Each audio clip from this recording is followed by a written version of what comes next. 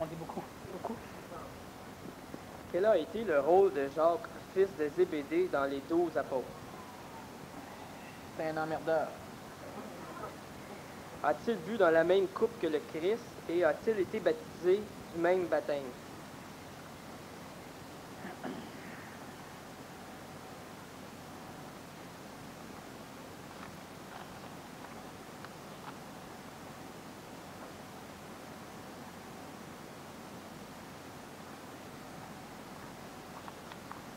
Bon, oui, il a été baptisé du même baptême. Par contre, Zébédée est un problème. De lignée familiale aussi. Et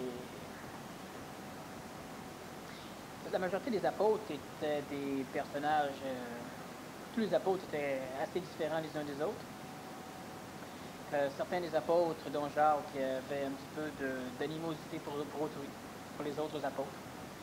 Maintenant, ce qu'il faut qu'on comprenne aussi, c'est qu'un personnage dans ce genre qui se réincarnerait aujourd'hui ne serait pas nécessairement comme les mémoires l'ont été dans le passé. C'est un des mystères, bien souvent, pour les égaux qui reçoivent des mécanismes mémoriels réincarnationnels. C'est qu'à un moment donné, ils sentent qu'ils vont revivre un peu ce que les mémoires ont déjà vécu, ou les personnages, alors que dans 5% des cas, c'est faux. Ils ne revivent pas. Lorsqu'il y a expression créative qui passe par nous, comment discerner si elle vient, cette expression, du désordre astral, hasardeux ou de l'intelligence? Le goûter. PS. De toute façon, c'est l'intelligence qui contrôle l'astral. Bon, ben, c'est ça.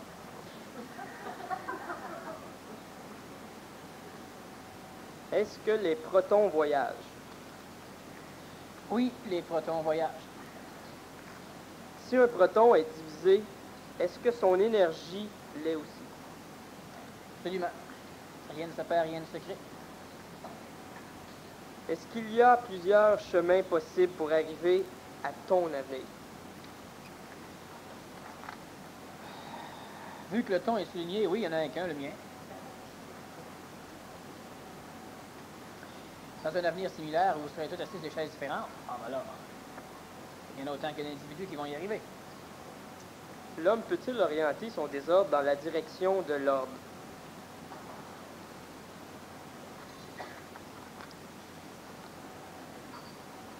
Non, le désordre, ce n'est pas orientable. On oriente l'ordre. Chaque fois que l'on crée de l'ordre, on engendre du désordre. Le désordre n'est pas orientable. Par contre, on doit s'arranger pour être en plein centre de l'ordre. Il y aura effectivement toujours des mécaniques désordonnées autour, des individus désordonnés, des événements désordonnés, des sociétés désordonnées.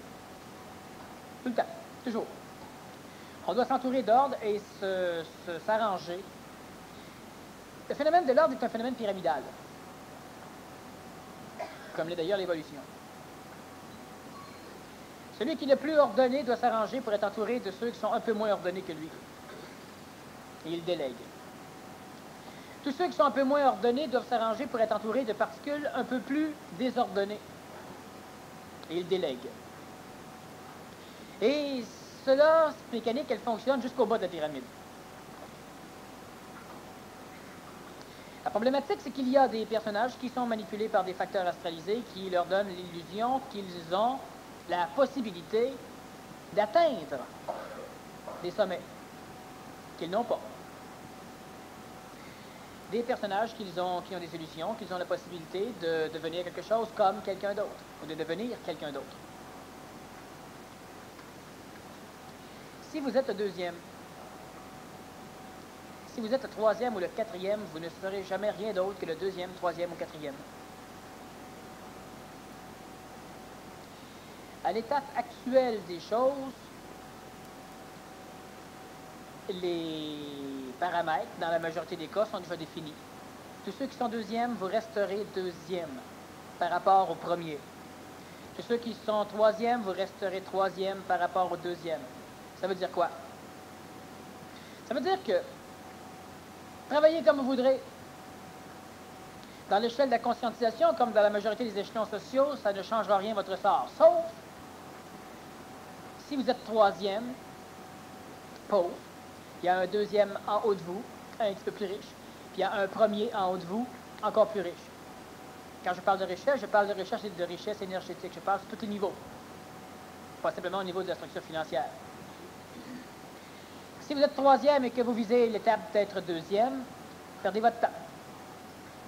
Ça ne marchera jamais. Vous allez toujours rester troisième par rapport aux deux et au premier. Mais vous pouvez augmenter votre compte en banque, augmenter votre santé, augmenter tout ce que vous avez. Et pour ce faire, vous devrez permettre à celui qui est deuxième et à celui qui est premier d'augmenter leur avant vous. Parce que vous resterez troisième. Et c'est une organisation d'ordre. Le désordre va à l'extérieur, mais c'est une des mécaniques les plus difficiles à accepter par l'ego. L'homme est dans une région particulière de l'évolution où il a une fonction à accomplir. On ne choisit pas sa fonction, on ne choisit rien de cela. On peut choisir d'être en Cadillac, mais vous ne pouvez pas être plus haut énergétiquement que celui qui est énergétiquement plus haut que vous. Si vous voulez augmenter votre potentiel énergétique, augmentez le sien. S'il y en a un qui reste au dernier étage de la bâtisse et vous restez au troisième étage de la bâtisse, quand ça va vous tenter de rester au cinquième étage, construisez-en deux autres en haut. Celui qui est au quatrième déménagera à l'autre, au sixième. Celui qui est au cinquième déménagera au septième et vous pourrez déménager au cinquième. Et vous serez toujours de deux étages en bas. C'est plus haut. Mais plus haut que ceux qui s'immiscent dans l'échelle de la complexité, de l'organisation ou de l'évolution. Dans la conscientisation, c'est la même chose. Si vous êtes les premiers à être capables de supporter des impressions supramentales, nécessairement, ceux qui vont arriver après vous ne passeront pas avant vous. Ils feront ce qu'ils voudront. S'ils veulent grimper, ils devront vous faire grimper. C'est plaisant vu de ce point de vue. Mais le point de vue doit aussi changer, la mécanique restant la même. Si vous voulez monter, ceux qui sont passés avant vous, vous devrez les faire monter. Un taquinement astral avant d'arriver ici me disait, si chaque fois que les gens rentrent ici, ils paient leur conférence et donnent tous 10 $ à Mario Gosselin. Alors, il y a quoi? Il y a 700 $ que Mario Gosselin a remis sur une table. Et à la fin de la journée, on le fait tirer. Toutes les conférences spéciales. Il y a donc chaque fois une personne qui va partir d'ici avec 700 à 1000 $. Et les autres individus vont dire, oui, mais avant que j'aille le 700 ou le 1000 $, ça va peut-être que je vais être le 70e ou le 100e à gagner. Autrement dit, ça m'aura coûté 1000 $ pour gagner 1000 $. Oui, c'est exact. La quantité d'énergie ne pourra pas changer si on ne va pas la chercher dehors. Si on la prend à l'intérieur de notre propre structure, elle restera la même. La tarte, elle a une grosseur. Mais il y a une nuance. Au lieu que chacun ait un petit peu plus ou un petit peu moins, il y en aura un par mois qui va avoir beaucoup plus que ce qu'il y avait avant de rentrer ici. Qu'est-ce qu'il va faire avec? Ça le regarde. Mais c'est très intéressant. Parce que ça peut changer toute la structure de l'implication évolutive de beaucoup d'individus sans altérer l'implication évolutive ou financière des autres. C'est 10 $ par mois que vous allez perdre, jusqu'à temps que vous le regagniez. Ça n'appauvrit pas personne, ça n'enrichit un autre. Si on met 20, si on met 30 par mois, bien, il y en a un qui va s'en aller avec 2000 $, 2500 $, 3000 $. La problématique, encore une fois, c'est que ce que les égos sont capables de supporter une structure où l'énergie financière, ou l'énergie tout court, est régie par de l'intelligence. Ça serait intelligent. Mais ce n'est pas, dans la majorité des cas, le cas. Alors, on ne peut pas organiser le désordre, on organise l'ordre. Organisant l'ordre, on engendre le désordre. Et si on comprend la mécanique, que je n'explique pas là, mais à un moment donné, je vais revenir sur cette mécanique. Si on comprend la mécanique convenablement, on va être capable de régir. Et une fois qu'on aura compris qu'on pourra régir, il faudra appliquer. L'une des applications évidentes de la chose aurait été comme ce que je viens de vous expliquer. En entrant, on met tant d'argent, tout le monde. C'est de l'investissement. À un moment donné, vous allez recevoir 2 ou 3 000 $. Elle va dire, oui, mais ça m'a coûté 2 ou 3 000 $ pendant 2 ans pour le recevoir. Je vais dire, oui, mais sache que tu ne l'aurais pas. Vous l'auriez dépensé à d'autres choses. Vous ne l'auriez pas. Mais subitement, paf, et vous l'avez. Et ça commencerait immédiatement. Il y en a un aujourd'hui qui partirait avec ça. Très simplement. En argent liquide. Non déclaré. C'est une gestion synergique. Et là, l'ego va dire, oui, mais celui qui a gagné, c'est à un moment donné, il décide qu'il ne met plus. Parce qu'il a gagné, mais il faut faire qu'il le remette. Ben, c'est ça. Si on est encore des humains assez animaux pour cela, la structure marche mal. Pourquoi? Parce que dans l'ordre qu'on veut instaurer, on accepte encore du désordre. Et à un moment donné, ben, quand on aura suffisamment orchestré l'ordre pour que le désordre s'en aille dehors, vous allez voir le champignon qui va monter. Énergétiquement limité dans une hiérarchie, l'intelligence peut-elle faire qu'un troisième change de hiérarchie pour être troisième dans une autre plus énergétique? Cosmiquement, celui qui change de hiérarchie pour embarquer dans une autre plus énergétique est normalement déjà à son niveau. Celui qui est troisième restera troisième. Effectivement, il peut être dans une autre hiérarchie plus énergétique, mais il restera troisième. L'individu se découvre dans sa hiérarchie. Mais tous les autres se découvrent en même temps que lui. C'est pourquoi un individu qui est dans un degré hiérarchique ne monte jamais de degré hiérarchique. Par contre, le désordre s'accumulant sous lui va s'organiser au fur et à mesure de l'écoulement du temps. Cela fait en sorte que la pyramide tend à grossir par la base et à monter par le sommet. Par rapport à ce qui est en haut, vous ne changerez pas. Par rapport à ce qui est en bas, vous changerez. C'est comme cela que ça fonctionne. Alors l'individu doit s'arranger pour améliorer sa condition et non pas pour vouloir conquérir le domaine de ceux qui apparemment sont mieux. Ça ne sert à rien. Celui qui, par exemple, n'a pas d'automobile, ses voisins en ont. Dans 10 ans, il peut être millionnaire. C'est qu'il a toujours été millionnaire, il a toujours été au-dessus des voisins. C'est pas son argent qui faisait que. Mais s'il buvait, s'il foutait rien, s'il a de la misère à parler, s'il n'était pas instruit, si, etc., il ne sera jamais plus riche que les voisins. Mais s'il y avait tout, sauf la finance, par exemple d'argent, son niveau n'est pas déterminé par ce qu'il a, son niveau est déterminé par l'énergie que dégage l'individu. Et son énergie, elle est dans une hiérarchie. Elle va croître en fonction de la croissance de la hiérarchie. La hiérarchie elle-même peut être une hiérarchie locale, qui fait partie d'une hiérarchie plus grande. Et c'est la même chose. Elle restera au niveau déterminé en fonction de ce qui est déterminé à partir de la tête. Pour augmenter, pour que la petite hiérarchie augmente dans la grande hiérarchie, on doit s'arranger pour que ce qui est en haut de nous, dans la grande hiérarchie, augmente. Plus les pauvres ont rendu les riches riches, plus les pauvres sont devenus riches. Mais ils ont toujours été aussi pauvres par rapport aux riches. Nos pauvres dans notre société sont pauvres en maudit, c'est des pauvres. Ils écoutent la télévision, ils ont peut-être un micro-ondes, ils ont toute une vidéo, ils font leur épicerie. Puis si on compare ces pauvres-là aux pauvres du tiers-monde, ah ben ils sont riches. Mais, comparativement au degré où ils sont présentement, ils s'enrichissent comparativement aux pauvres du tiers-monde, mais il faut que la société devienne plus riche aussi. Si la tête s'appauvrit, les pauvres vont s'appauvrir. L'individu peut, par son orgueil, par l'astral, essayer de changer de plan. Mais il sera toujours reconnu. Vous pouvez acter d'être d'un autre niveau, mais on vous refusera toujours le siège. Ah, je répète, c'est évident qu'un individu qui est de 5e niveau, qui s'en va dans une pyramide où le premier niveau est le 10e niveau de celle où il décolle, quand il va arriver là, il va être en haut de tout le monde. Il n'a pas changé de palier de hiérarchie. Il a changé de hiérarchie.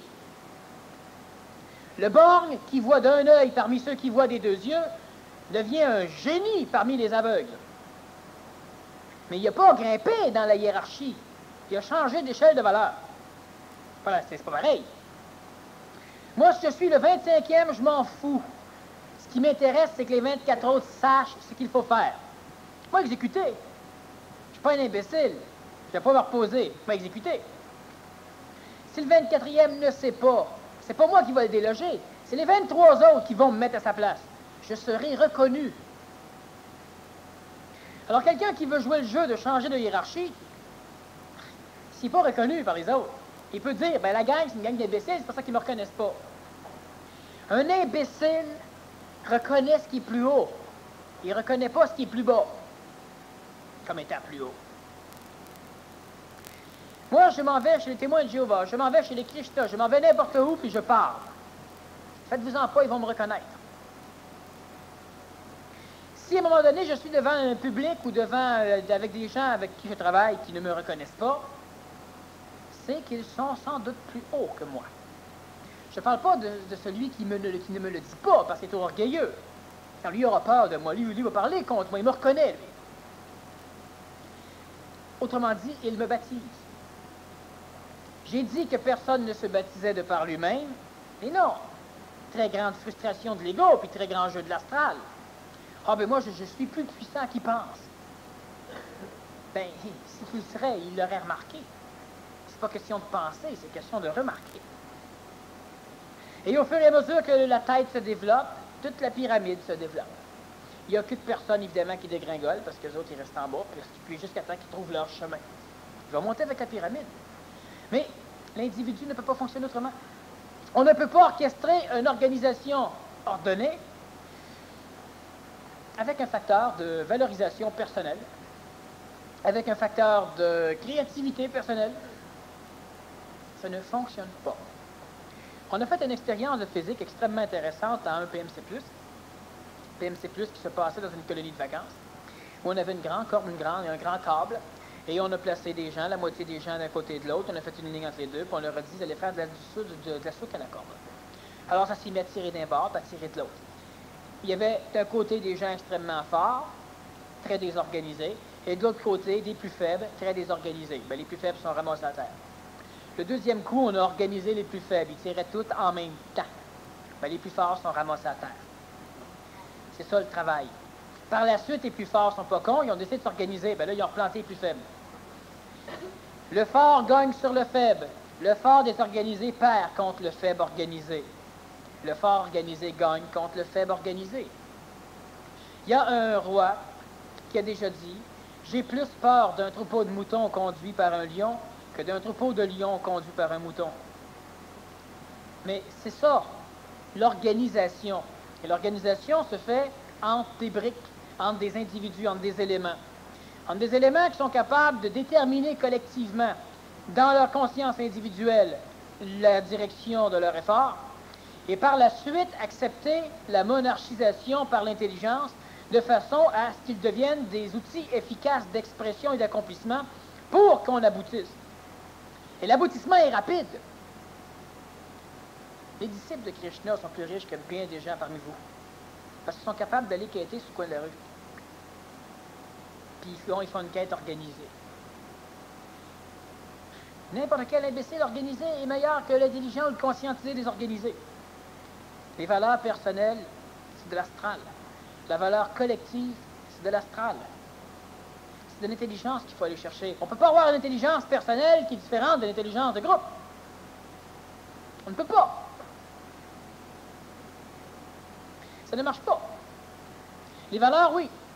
Si intelligemment on voit la santé, puis qu'on décide de se former un centre de culturisme, un centre où on va aller payer régulièrement pour se mettre en forme, un centre où on va être actionnaire, puis un centre où on va chacun faire sa publicité pour inviter toute sa famille, ses voisins, puis tout le monde, bien, il va se payer tout seul, le centre. Mais si on a décidé que c'est intelligent individuellement, on le décide collectivement. Puis après ça, il y en a un qui va orchestrer la structure, puis les autres vont accomplir. Là, on laisse faire la créativité personnelle. L'objectif, est-ce que c'est d'arriver à avoir une illusion de libre arbitre, de créativité et de valorisation personnelle pour en mourir plus tard? Ou si l'intelligence, c'est simplement l'action qu'on veut poser, puis après ça, bien, on se ferme la gueule, on se ferme le claquet, on se ferme l'astral, puis on accomplit. Quand ça va être accompli, vous allez avoir des égaux qui vont être contents. Ils vont dire, ah ben j'aurais jamais cru. C'est ça. Et ça se fait vite. Mais pas quand les individus décident de tirer la corde chacun sur le bord. Ça ne marche jamais. Ça n'a jamais marché. Ça ne marchera jamais non plus. On organise et on met le désordre dehors. Ça veut dire, on organise et toutes les petites organisations ectopiques, on les tue. Lorsque le cerveau envoie une impulsion au cœur pour que le cœur pompe, le cœur pompe. Si le cerveau cesse d'émettre des impulsions, le nœud sinusal au niveau du cœur va émettre les impulsions et le cœur va continuer à pomper. Chaque cellule du cœur peut émettre une impulsion. Quand chaque cellule du cœur émet une impulsion selon sa créativité, on appelle cela une fibrillation ventriculaire. Pour ceux qui ne savent pas ce que c'est un arrêt cardiaque. Lorsque le nœud se dépolarise, lorsqu'il envoie l'impulsion, il le communique aux autres, aux cellules. Et celles-ci envoient leur impulsion à ce moment donné-là, d'une façon extrêmement coordonnée jusqu'au bout du muscle. Et là, il y a un pompage absolument parfait qui s'écrase, ça ne s'écrase pas d'une claque, ça s'écrase du haut vers le bas. Et là, ça pousse le sang. Mais tout le cœur a sa créativité. Assez que quand le cœur devient très, très créatif, que l'individu, son cœur est en fibrillation ventriculaire, on prend un gugus d'une main, un gugus de l'autre, on en met un en haut du sternum, un en bas sur le côté, on dit à tout le monde de ne plus toucher la personne, puis on y envoie une décharge de quelques milliers de volts. On appelle ça choc électrique. On le défibrille. On veut arrêter la créativité cardiaque. Et quand la créativité cardiaque est arrêtée, bien souvent sur un moniteur, on va avoir une ligne droite. Une fibrillation, c'est un paquet de folie. Tous les petits individus du cœur veulent créer leur impulsion pour que le cœur marche à leur façon. Le cœur est en train de mourir. Là, c'est une ligne droite, il n'y a rien. Plus de créativité, nulle.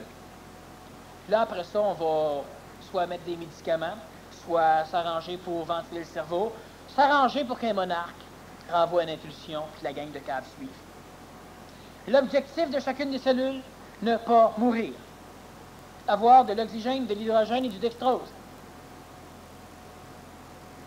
Alors qu'ils laissent tomber leur créativité, puis ils vont l'avoir. C'est toujours ça. Quand chaque individu est d'accord pour viser un objectif, les individus visant l'objectif doivent s'organiser. S'organiser veut dire que maintenant qu'on vise l'objectif, la créativité personnelle descend. Et on ne pourra jamais s'astiner sur l'intelligence d'une action.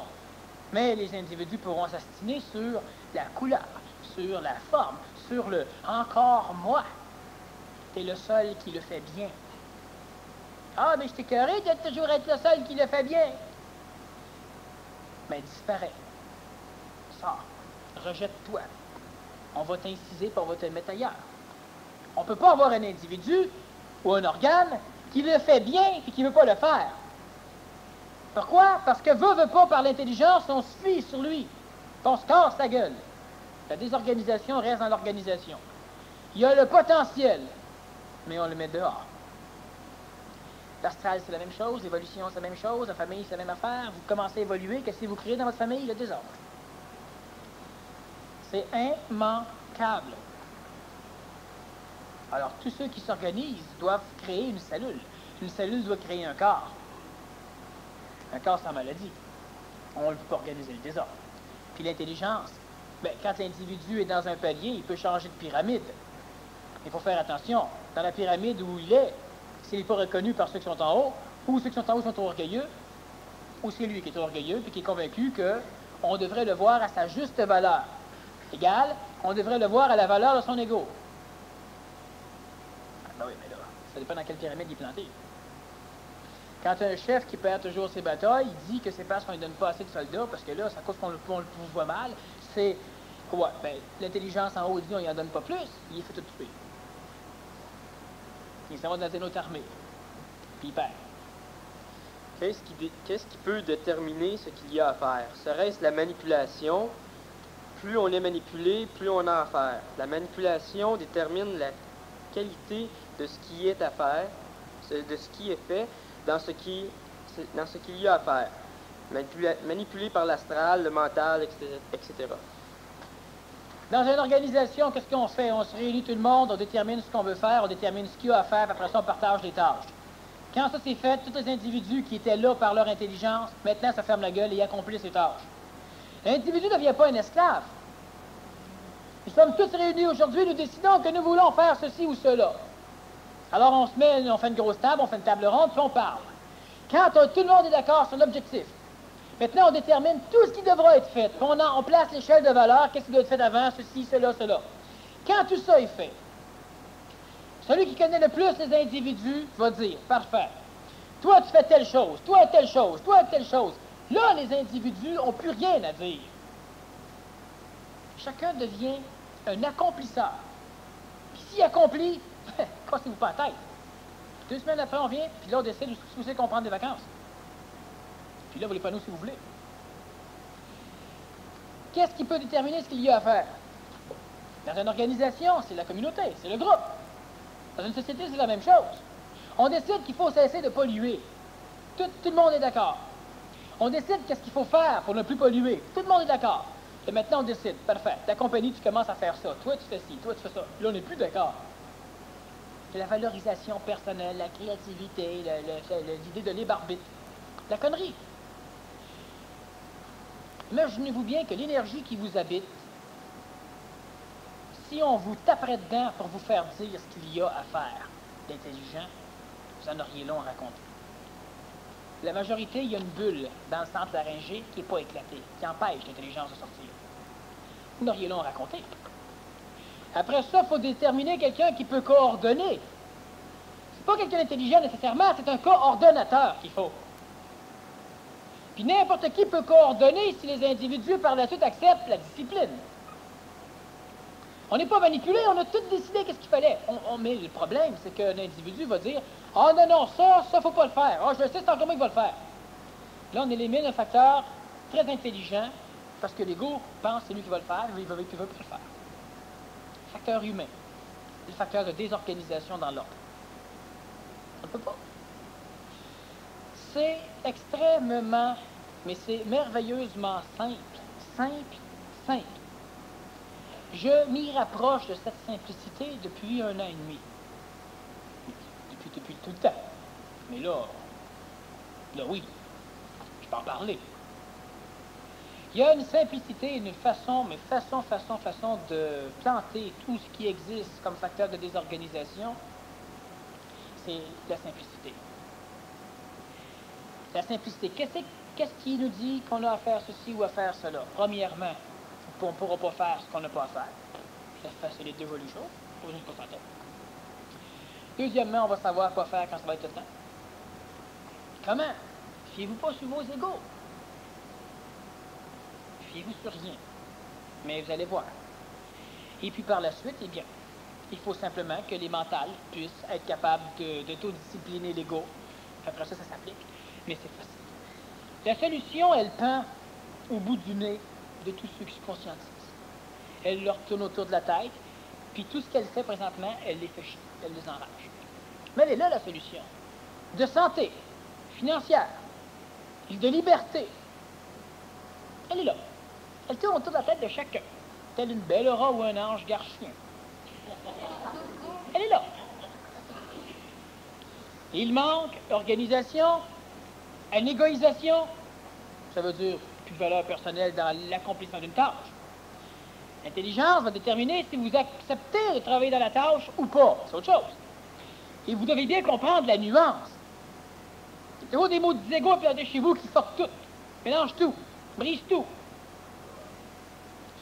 L'intelligence décide si on fait partie ou pas d'un mouvement.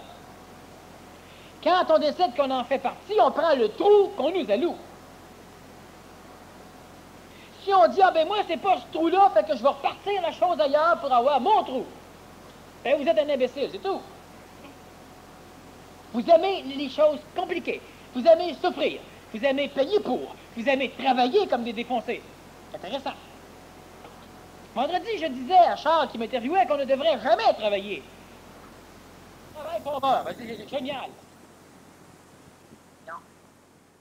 Et comment on fait pour? Il faut qu'on comprenne premièrement certaines choses que je dis. Il faut qu'on le comprenne, pas juste apprendre. Ça commence par l'apprentissage. L'apprentissage, c'est la programmation de l'ego. C'est sa forme de compréhension. Quand il le dit assez souvent, ben là, il pense qu'il comprend parce qu'il ne peut pas comprendre différemment. Il comprend. Programmé. L'individu doit travailler sur ce qu'il envisage comme être intelligent. Puis aussi petit que vos égos vous voient, si je vous pose des questions égoïquement simples, vous allez répondre intelligemment. Après ça, je dis, bon, bien, commençons. Et là, l'affaire de l'ego, ben, on commence par faire ce qu'on fait. Et bien, tout ce qu'on vous dit, c'est va-t'en chez toi, puis quand on va te téléphoner et te dire, va porter telle affaire à telle place, fais-le. Ce qui va arriver, c'est qu'en faisant ça, la structure va se maintenir. Oui, mais vas-tu passer ma vie à... Non, parce qu'en faisant ça, on va attirer par notre gravité des structures en dessous de nous. Et dans pas grand temps, c'est eux autres qui vont porter les petits colis. C'est pas de la drogue. Bon, on va porter les petits colis. Et vous allez monter d'étapes, vous allez rester dans la même hiérarchie. Mais qu'est-ce que ça fout d'être le premier à partir de rien, ou d'être le cinquième, ou d'être ce que vous voudrez? C'est une vraie connerie. Quand vous me regardez, de temps en temps, certains se disent, moi, je suis loin de lui. Si vous saviez comment loin vous êtes de ce que je suis loin, moi, finalement, la hiérarchie, elle est là. C'est simple. Par rapport à lui, je suis ici, à l'autre, je suis là. Et ça marche. Pourquoi je me concentre? Il y en a qui me parlent de créativité, qui me parlent de valorisation, qui me parlent de valeur personnelle, qui me parlent de dépassement, de défoncement. C'est bien. C'est un peu ça qu'il faut. Et un jour, je me promènerai dans ma Cadillac ou dans ma limousine. Un jour, j'irai faire un voyage, j'irai peut-être dans ma résidence secondaire, quelque part dans le sud, à me dire qu'effectivement, j'ai manqué ma vie. Je connais quelqu'un, moi, qui travaille 50 heures par semaine, qui mange du ballonné.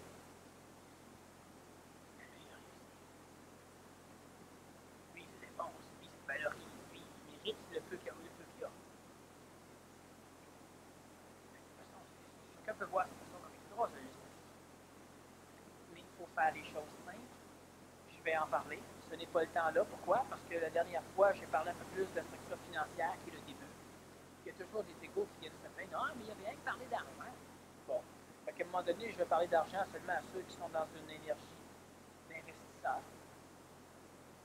Comme ça, ben là, s'ils viennent se plaindre que j'ai rien que parler d'argent, ben il va dire, ça a mis 5 000 $.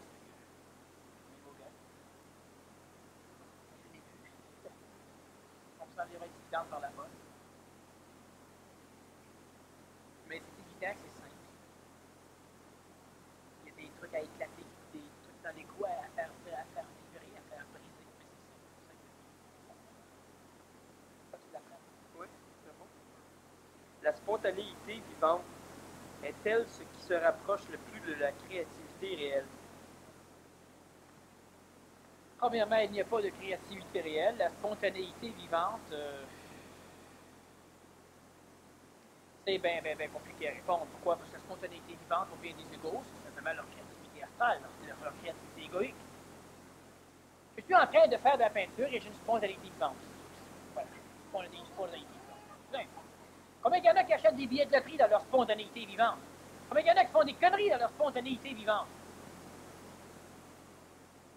C'est de l'intelligence qu'il faut qu'on applique, pas de la spontanéité vivante. C'est intelligence que vous faites. Posez-vous la question chaque fois que vous faites quelque chose. Autrement dit, posez-vous-la tout le temps. Vous allez voir, 99% de ce que vous faites, vous ne le ferez plus. Ou bien vous allez le faire en souffrant. Vous allez savoir, c'est pas des choses. Vous allez au moins conscientiser qu'il y a un manipulateur quelque part, qu'il y a un virus qui vous habite. Et puis à la longue, à force d'intelligenter les choses, ça va se régler. Posez-vous la question. Bien simple.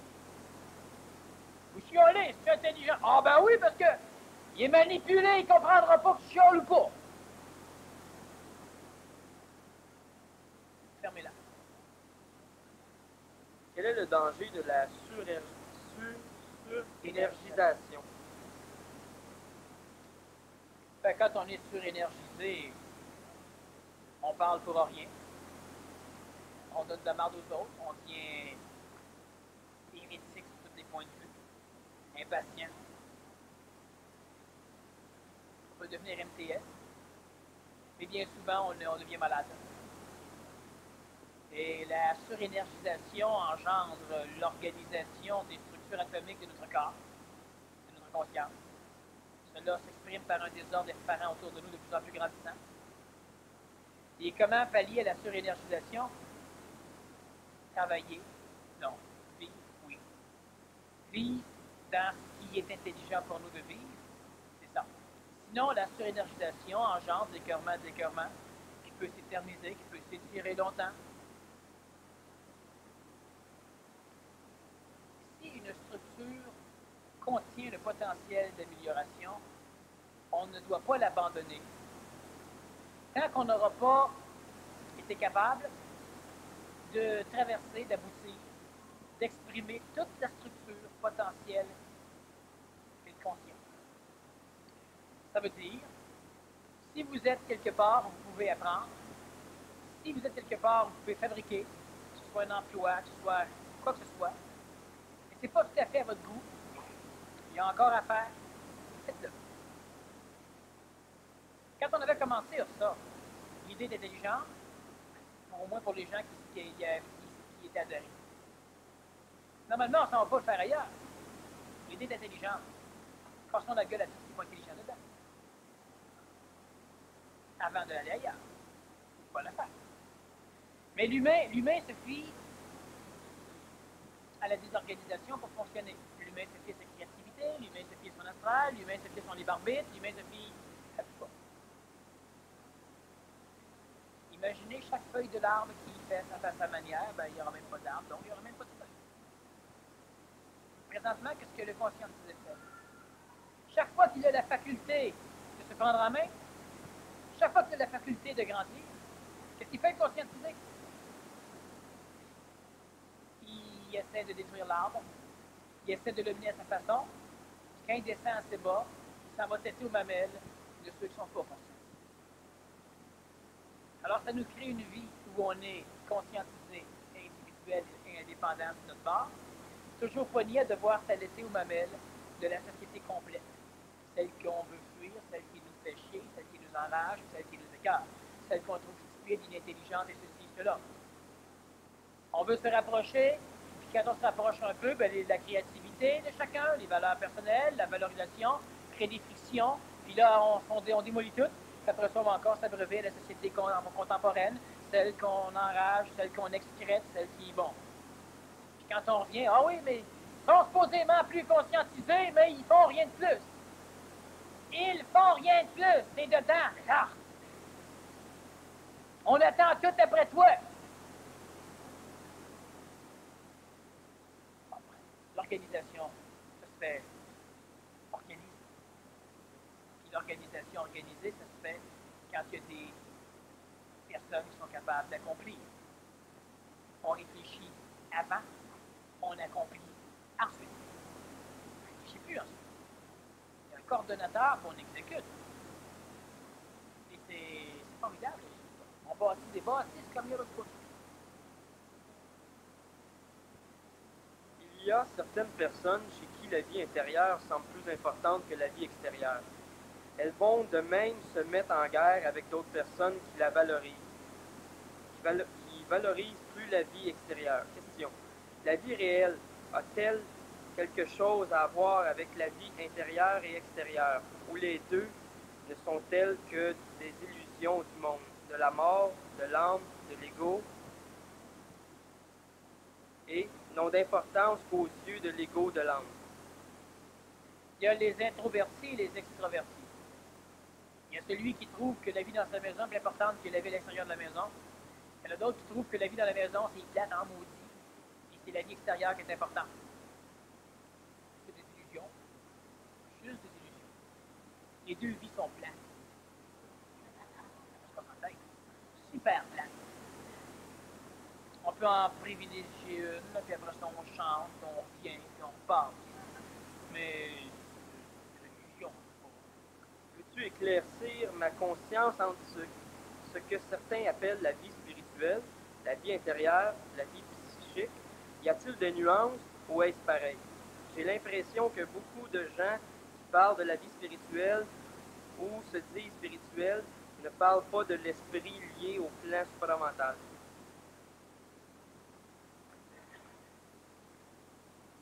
La spiritualité, c'est un mot intéressant qui a été galvaudé, démoli, trituré, aplati, qui a été emmerdé plutôt qu'adoré. Et aujourd'hui, la spiritualité ne désigne pas ce que l'étymologie voudrait qu'elle désigne. La spiritualité désigne la structure involutive et saignante de l'humanité en général. Un spiritualiste, une personne qui vit de spiritualité, est une personne qui ne vit qu'à partir de la tradition et de la coloration émotive des perceptions de son monde. La vie intérieure est de la spiritualité. La vie psychique, c'est de l'intellectualisme dans la majorité des cas. Et la vie spirituelle, c'est une vie spirituelle. C'est une vie intérieure. La spiritualité, c'est une relation entre l'esprit et l'âme. La spiritualité est une relation entre la mémoire des descentes de l'esprit et la mémoire de l'âme. Autrement dit, le spirituel, la spiritualité, les théologies de toute façon, adorent les dieux morts. Ils adorent les carcasses. Ils adorent les ondes de forme. Ils adorent les archétypes, les vieilles formes. Ils adorent les traditions. Ils mettent de l'or là-dessus. Parce que ça vaut tellement rien que pour les aimer, il faut qu'on les recouvre d'or. Et cet or est l'émotivité de l'homme, les désirs de l'homme, la peur transformée en salut expérientiel de l'homme. C'est ça l'or. La conscientisation supramentale, c'est autre chose. C'est une conscientisation par l'intelligence. L'intelligence veut dire les ajustements des mémoires. C'est pas relié aux mémoires. C'est pas relié à la tradition. Ça ne s'apprend pas dans un livre. Ça se vit, ça se découvre. Ça s'exprime. Et ça fait. Les mémoires. Ça fait chez l'ego. Ça enrage le passé. La numérologie, science des nombres en tant que vibration, a-t-elle une place dans le cycle nouveau de l'homme nouveau? Est-elle une science réelle et cosmique ou une pure invention de l'homme ancien pour satisfaire son besoin de recherche? L'homme ancien qui transite vers l'homme nouveau, devrait-il l'abandonner ainsi que d'autres sciences dites occultes ou ésotériques? Bah, c'est une science réelle et comique.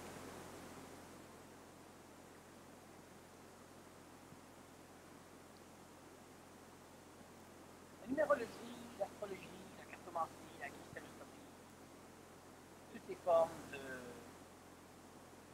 science, ainsi que la psychologie d'ailleurs, ne sont pas l'étude. Ne sont que l'étude de la révélation de l'involution. Par la numérologie, vous allez connaître les caractéristiques orgueilleuses de l'involution. Par l'astrologie, vous allez connaître aussi les mécaniques qui expliquent à l'ego, d'une façon très illusoire et très positive, qui désinforment l'ego de ce qui le prédestine. L'homme nouveau n'a pas besoin de ce genre de science. L'homme nouveau, la femme nouvelle, l'enfant nouveau font référence à de l'instantané. L'instantané est complet de par lui-même, il n'est pas prévisible. Et toutes les nécromancies, ce sont tous des mancies de mort, toutes ces mancies, toutes ces sciences, qu'elles fonctionnent ou non dans le domaine de l'homme planétaire, de l'animal humain, ne peuvent prévoir, ne peuvent prédire, ne peuvent savoir d'avance quelle sera l'influence de l'intelligence à travers le mécanicité mémorielle qu'on appelle l'homme. L'homme nouveau ne se sert pas de la numérologie pour connaître son nouveau nom. Il le sait, son nom. Il ne se sert pas de l'astrologie pour connaître ce qui va lui arriver. Il s'en fout de ce qui va lui arriver. Il est libre. Totalement libre. Et financièrement, et au niveau de la santé, physiquement, et moralement, et psychologiquement, et astralement. Il est tout libre. L'homme nouveau, la femme nouvelle, l'enfant nouveau, ça n'existe pas. C'est équilibre. Pour vous, ça va exister. Jusqu'au jour où ça n'existera plus.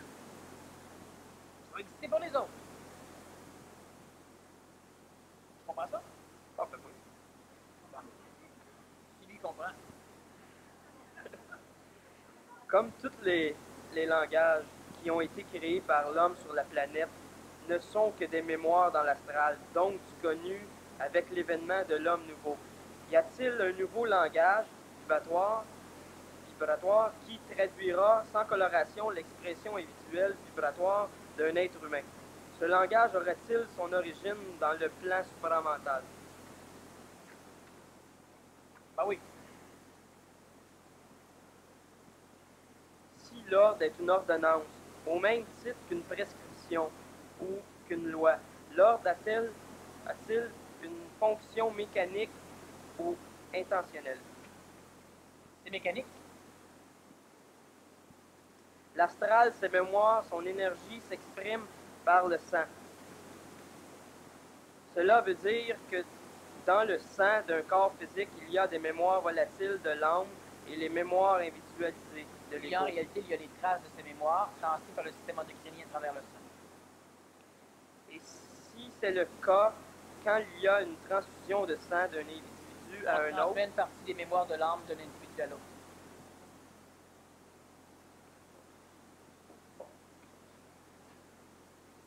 la conscience peut-elle participer à la création de la décennie d'un individu, c'est-à-dire la modifier, ou ne fait-elle qu'accomplir le futur?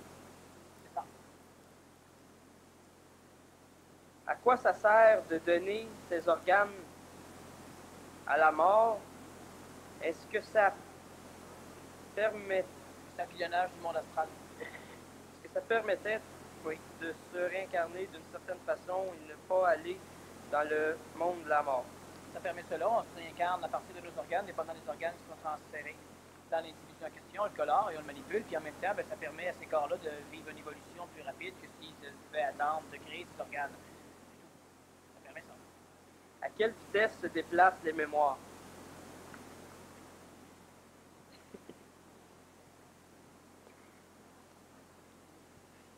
Les mémoires se déplacent. Pas vite. Les mémoires ça se déplacent en fonction de la vitesse du vent. C'est la vitesse de déplacement. Si la vitesse, les mémoires se déplacent à la vitesse de nuage. Si la vitesse de la lumière va vite, est-ce que c'est de la mémoire? Oui. Le photon est de la mémoire qui contient des informations. C'est ce qui nous permet de voir. Est-ce que ça va vite? C'est la vitesse maximale qu'on puisse atteindre dans un continuum courbé par le temps et l'espace. C'est très lent. C'est loin d'instantanéité. Imaginez vos 300 000 km à la seconde. C'est pas...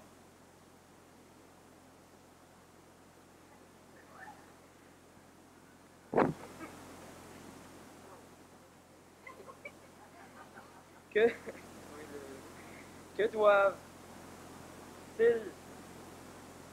à l'homme? Je suis en lido. Lors du dernier séminaire, lors du séminaire du mois de décembre, j'ai appris à faire des tartes que j'appelais pizza.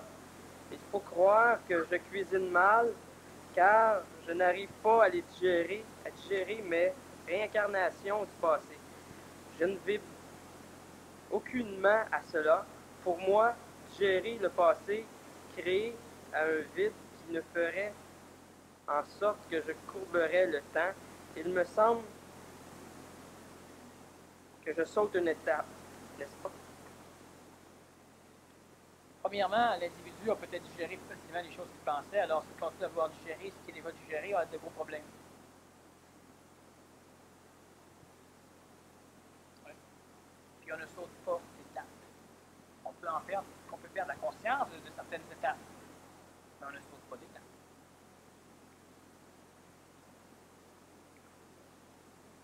J'habite plusieurs. Et seulement ce que tu peux lire. Si l'homme si l'homme est inhérent à la création et que la création est accidentelle, pourquoi dis-tu que l'homme n'est pas un accident? Explique. Parce que l'homme est apparu dans la création après la création. L'homme n'est pas créé par le système planétaire. le système créationnel. Lorsqu'il y a eu la création, il y a eu l'apparition, après quelques millièmes de seconde, d'un refroidissement assez magistral qui a permis l'orchestration, le début de l'organisation, l'orchestration de quarks, l'orchestration de nucléons, l'orchestration de systèmes atomiques. Lentement, il y a eu l'orchestration de soleils, et les soleils n'avaient aucune planète autour d'eux. Les soleils-là ont éclaté. Éclatant, ils ont envoyé d'immenses quantités de déchets sous centrales nucléaires, de déchets radioactifs, un peu partout dans le système interstellaire. Par la suite, quelques 10 milliards d'années après le début de la création, donc il y a eu quelques soleils qui étaient déjà morts, là, il y a eu suffisamment de nébuleuses, de grandes quantités de gaz qui ont fait en sorte que dans certains systèmes plus refroidis, la gravité a fait en sorte que ces nébuleuses, ces gaz, sont réunis ensemble pour former des soleils. Mais c'est à cause de l'étendue de ces nébulosités, il y a eu des petits foyers d'attraction qui ont été séparés du foyer principal, et c'est ce qui a engendré les planètes. Tout soleil autour duquel gravitent des planètes ne peut pas avoir plus de 5 milliards d'années d'existence. Et notre système solaire en est un relativement jeune, de 4 milliards d'années. Et autour de ces soleils gravitent des planètes qui, dans certaines conditions, vont voir la structure organisationnelle se développer d'une façon telle qu'on aura des acides aminés et lentement on aura l'apparition de structures croissantes qu'on appelle vivantes. L'intelligence, ce qui va créer l'homme,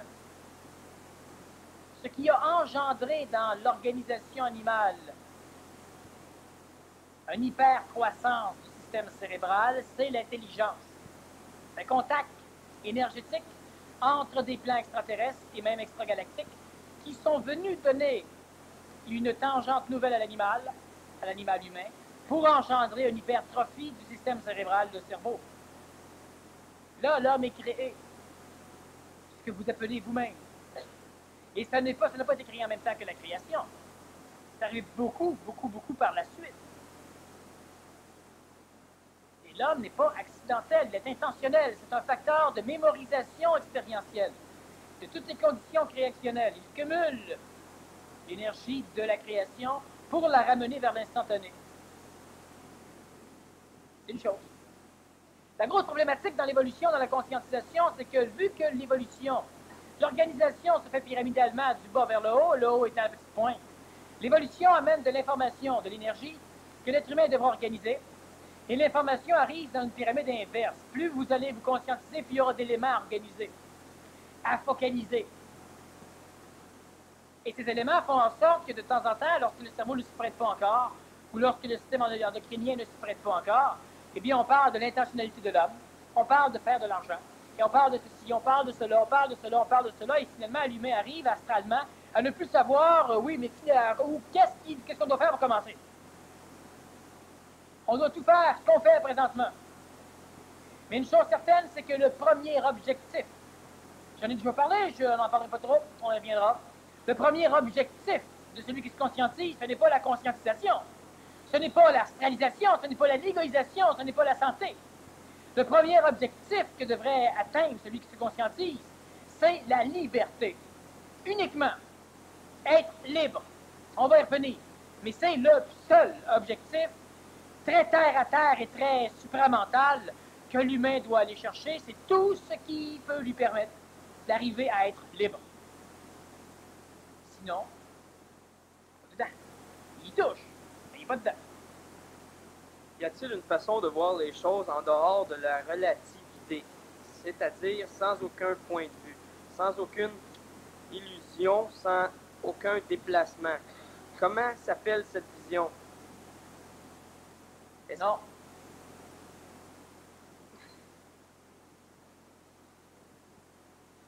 Lorsque je regarde un cube, tantôt je vois pendant 8 secondes environ une face, tantôt je vois pendant 5 secondes une autre face. Et les faces continuent à alterner comme cela à un certain rythme, qui est souvent différent d'une fois à l'autre. Qu'est-ce qui contrôle la synchronisation des deux hémisphères du cerveau humain? C'est l'hippocampe. Le balayage mental peut-il aider à la synchronisation harmonieuse? À quoi sert ce contrôle? Oui, mais le comptage pluralitaire ou isométrique est plus efficace pour ça. À quoi sert ce contrôle lorsque l'on peut voir le cube de deux façons en même temps? Y a-t-il alors synchronisation? Est-ce une façon de vérifier l'harmonie des hémisphères? Y en a-t-il d'autres? Si oui, lesquels? La synchronisation est-elle la seule manière d'échapper à la coloration des événements et par... Parce que justement de recommencer. Bon. Premièrement, si c'est une façon de synchroniser, c'est intéressant. C'est vrai que c'en est une. Est-ce qu'il y en a d'autres? Si oui, lesquels? À quoi ça vous sert d'en connaître d'autres? Celle-là marche. Hein? Bon, sauvons du temps. Et puis, le comptage isométrique, c'est très, très bon. La synchronicité, l'isométrisation cérébrale permet, à un moment donné, au mental de mieux contrôler les structures astrales. Donc, tous les humains qui deviennent supramentalisés auront l'isométrisation cérébrale, auront un cerveau gauche aussi puissant que le cerveau droit, que les deux seront aussi mentalisés ou aussi astralisés, jusqu'au moment donné où ils vont être capables d'avoir un équilibre mentalo-astralisé. Lentement, l'astral va carrément être démoli. On va passer la parole à quelqu'un d'autre. Ça va? Tu parlais tantôt d'ordre, de désordre. Quand tu installes de plus en plus d'ordre dans ta vie, le désordre se met à être repoussé, tu l'installes dans ta maison, dans ton lieu de travail, avec le plus de gens autour de toi, tu repousses le désordre quelque part. Tu disais tantôt, ce qui est le plus important pour quelqu'un qui se concentre, c'est la liberté. La liberté par rapport à ce désordre-là, ça devient quoi? Est-ce que ça revient? Qu'est-ce qui se passe avec ce désordre-là? Ou simplement, c'est parti? Il faut que tu crées un château. Il faut que l'être humain parvienne à créer un château. Un château? Un château. En plein milieu du château, il y a l'habitat du roi, de la reine et de sa famille, des familles royales et des têteux. Des courtisans, des courtisans. Et là, il y a la paix, la liberté totale, on a l'argent, les champs sont à l'extérieur et puis on se fait cultiver par les paysans. Mais pour avoir une liberté à l'intérieur, il faut que l'organisation aille s'étendre à l'extérieur même des murs du château et aille jusque dans la tête des paysans. Et là, les paysans, ils chicanent, eux autres, entre eux. Mais le désordre commence là. Et il va vers l'extérieur du territoire. Là où les rois ne s'occupent pas des paysans. Eux, c'est l'anarchie, il y a peut-être des voleurs, des brigands, il y a la guerre. Entre eux autres, ils se pillent régulièrement. Ça se viole, ça s'amuse. Et lorsqu'on arrive dans le territoire où les rois, où l'armée du roi vient protéger les paysans, entre eux-mêmes, les paysans, c'est quelque peu désordonné, ils ne sont pas libres. Mais ça commence à être organisé de façon à ce qu'au centre du territoire, là où il y a un château, et au centre du château, là où il y a la maison du roi, il y a la liberté. Pourquoi un château? Parce qu'il faut des délégués. Alors il faut des armées, mais les armées ne peuvent pas rester avec les paysans parce qu'ils vont finir par être désorganisés par les paysans. Ils peuvent rester proches du roi, mais pas avec le roi. Parce qu'ils vont finir par se prendre pour le roi et ils ne pourront plus rien exécuter. Alors on les met dans le château. Pourquoi les murs? Parce que les murs sont la frontière extrême entre le désordre et l'ordre. Et on sait que chaque fois que le pont-levis baisse, que ce qui sort du château, c'est pour amener l'ordre. L'ordre à coup de pylône, à coup d'épée, ou l'ordre à coup de paroles, de lois, d'impôts. Mais quand ça sort du château, c'est l'ordre. Alors évidemment, le but massif, le but majeur du monde à l'extérieur, c'est de finir par habiter dans le château. Mais un instant, n'entre pas qui veut dans le château, parce que sinon c'est le désordre qui va pénétrer. Alors peut-être qu'à un moment donné, le prince veut marier Cendrillon. Alors, c'est une pauvre. Elle va rentrer dans le château. Et lentement, il y a des mutations qui peuvent se faire par contact énergétique. Alors, si on veut avoir de l'ordre et une liberté, on doit s'arranger pour organiser jusqu'à l'extérieur. Celui qui se part une compagnie pour faire de l'argent pour être libre, il doit organiser les acheteurs. Sinon, ceux-ci n'iront peut-être pas acheter chez lui. Alors, lorsqu'il a organisé la société, il y a du désordre dedans. Et plus ça se rapproche de lui, moins il y en a. Jusqu'à temps qu'il se passe d'un palier où là, il y a l'aristocratie. Là, il y a l'ordre. Il y a la valeur de l'ordre. Il y a la discipline, il y a la morale, mais pas de morale spirituelle, une morale intelligente. La compréhension des conséquences. Et à travers cela, tu peux avoir un plateau qui est égalitaire. Alors que dans la structure actuelle, elle reste pyramidale. Elle restera pyramidale du point de vue énergétique, mais elle peut être égalitaire du point de vue de la liberté. Un humain qui a